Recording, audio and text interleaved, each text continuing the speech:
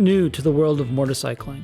I've ridden, modified, rebuilt, and yes, even dropped my share of motorcycles.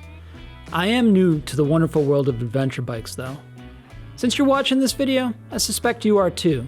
Or at the very least, you know that there are two types of adventure bike riders. Those that have crash bars on their bike, and those that will after they drop their bike. I know I will drop my Africa Twin. So I want to protect my fairings, engine, and in some cases my legs from getting damaged when I do. I'm going to be honest with you, this installation is more complex than you might think. But if you have the patience, you can get it done in an afternoon. Well, longer if you're shooting for a YouTube video like I am. After watching this video, and you found it helpful, hit the like button. I'll have a ton of adventure on this bike, and I'll put these crash bars to good use while dropping this bike. So if you want to see any of that, go ahead and hit subscribe. Alright, let's get started.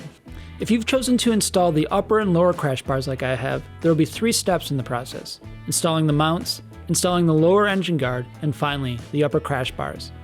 I'd like to keep these videos on the short side, so in this video, we'll just cover installing the mounts. There'll be 2 more videos in this series covering the lower engine guard and the upper crash guards. You can choose to install just the mounts and the lower engine guard, but if you want the upper crash bars, installing the lower engine guard is required. Note that the upper crash bars are called the light bar outside of the United States. Throughout this video, when I say upper crash bar, I'm also referring to the light bar. I'll go through the tools you'll need for this install in a moment, but I'll start by saying that the installation instructions are the most valuable tool you'll use. If your dealership didn't provide them to you, there should be a QR code in each box that will provide a PDF of the installation instructions. Here are the tools you'll need. If you don't have all of them, check the description. I have links to many of these tools. A screwdriver. A Phillips head will work for this job, but if you plan on doing extensive work on Honda bikes, a JIS head, like the Vessel one I'm using, will be invaluable. 10 and 12 mm sockets, 5 and 6 mm hex sockets, though you'll see that a hex key might work better in some steps. A ratchet wrench, socket extensions. I used a 6-inch and a 3-inch extension in this installation. 10 and 12 mm box end wrenches, though if you have ratcheting wrenches, the job will be easier. A torque wrench.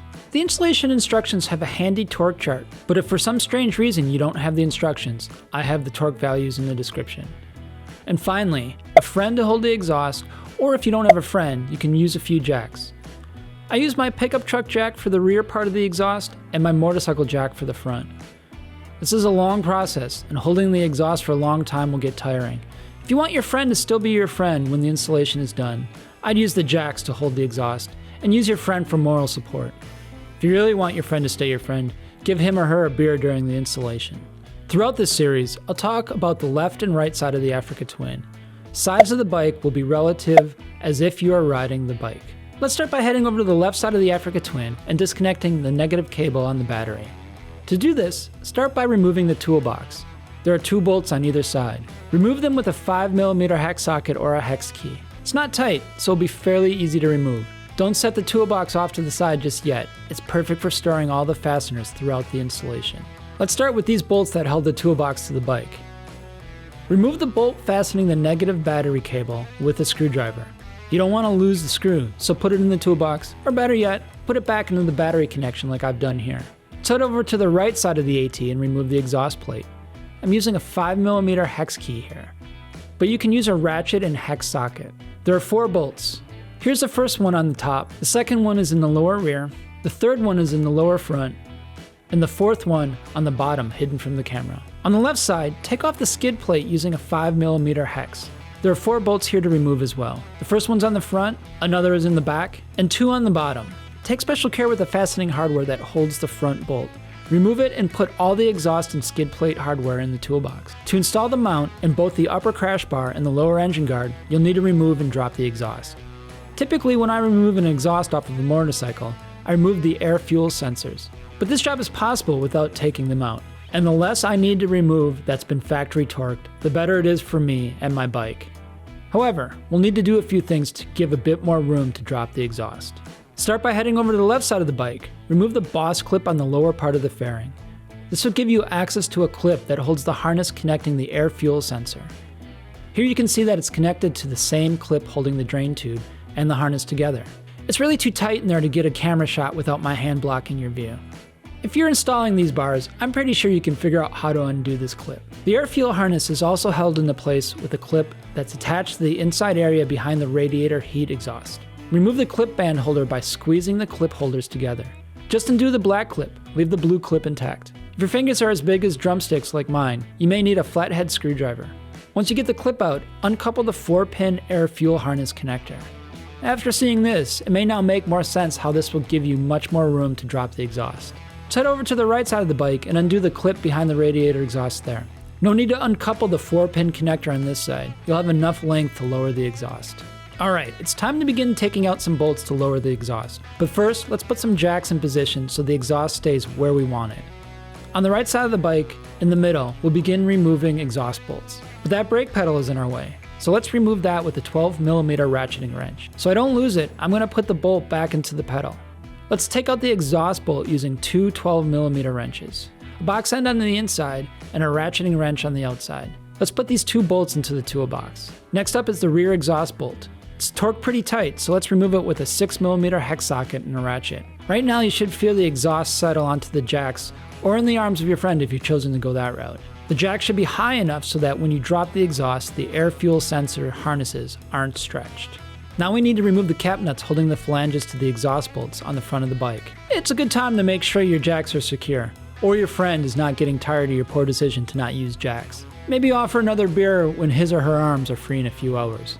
I use a ratchet with a 12mm socket attached to a 6-inch extension to remove the cap nuts. Don't remove one at a time. Undo all 4 cap nuts evenly and then begin to drop the exhaust. Now is a good time to talk about exhaust gaskets. You should be replacing your exhaust gaskets every time you remove the exhaust. This might be a do as I say, not as I do situation. My AT only has 180 miles on it. I feel I can reuse the exhaust gaskets currently on the bike when I reinstall the exhaust and not have any exhaust leaks. Of course, if I do, I'll need to drop the front of the exhaust again and install new gaskets. Here's where you'll need to make your own decision on what's best for you and your bike. This is my AT, and it's the decision I'm sticking to. We'll see when I do a leak test at the end of the series if I've made a poor decision. Tell me how wrong I am in the comments. Okay, now that we got the exhaust out of the way, we can install the guard mounts. On the front of the bike, on both sides, begin by removing the front 2 nuts and bolts from the bracket. They're tight, so let's use a 10mm socket and a ratchet attached to a 3-inch extension to get the nuts loose. While holding the nuts with the 10mm socket, remove the bolts on the other side with a 12mm ratcheting wrench. Now let's install the mounts. It's important to determine which one goes on which side. It's confusing, so I'll freeze the frame so that it's easy to describe.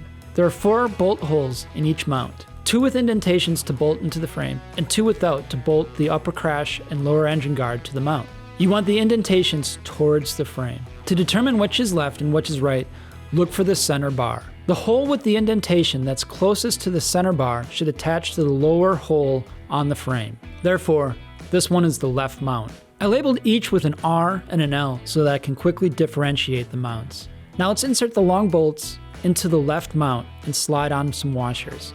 Then insert the bolts into the frame and install the right mount over the bolts. Hand tighten the nuts over the bolts on the right side. You may need 3 hands here for this operation. If the exhaust is in your way, move it forward or down by adjusting the jacks or asking your friend to adjust his or her arms. Using a 12mm ratcheting wrench and a box end wrench, secure the mounts. Alright, we have the mounts on now. In the next video, we'll install the lower engine guard. Thanks for watching, ride safe, seek adventure, and keep your wheels rolling in the right direction. I'll see you in the next video.